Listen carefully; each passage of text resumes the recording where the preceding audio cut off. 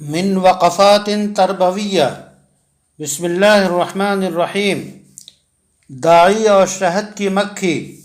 علامہ ابن قیم نے ایک نرے مولوی اور ایک نرے عابد کا مکالمہ نقل کیا ہے۔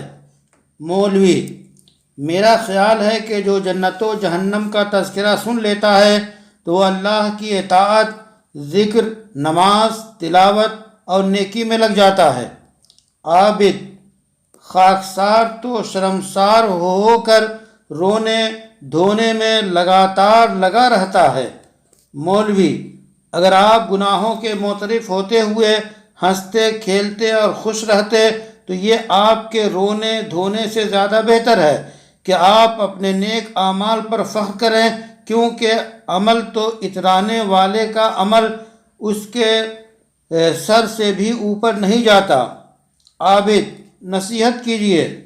مولوی: دنیا داروں کے لیے چھوڑ دیں، جیسا کہ آخرت والوں کے لیے چھوڑ دی ہے، اور دنیا میں شہد کی مکھی کی طرح رہیے کہ شہد کی مکھی کھاتی ہے تو خوشگوار غذا کھاتی ہے، پیتی ہے تو پاکیزہ مشروب پیتی ہے، اگر کسی چیز پر گر جاتی ہے تو نہ اسے توڑتی ہے نہ عیبدار کرتی ہے۔ اس قیمتی نصیحت میں داعی کی بنیادی صفات بیان کر دی گئی ہیں جو ایک معمولی مکھی کے اندر پائی جاتی ہیں، اور اس مکھی کا تذکرہ ستائشی انداز میں اللہ تعالیٰ نے اپنی مقدس کتاب میں فرمایا اور اسی کے نام سے ایک سورت اتار دی۔ سورہ کا نام نحل ہے۔ نحل شہد کی مکھی کو کہتے ہیں، جس سے اس مکھی کی اہمیت ظاہر ہوتی ہے اور اس کی صفات کی طرف مومنوں کو توجہ دلائی گئی ہے۔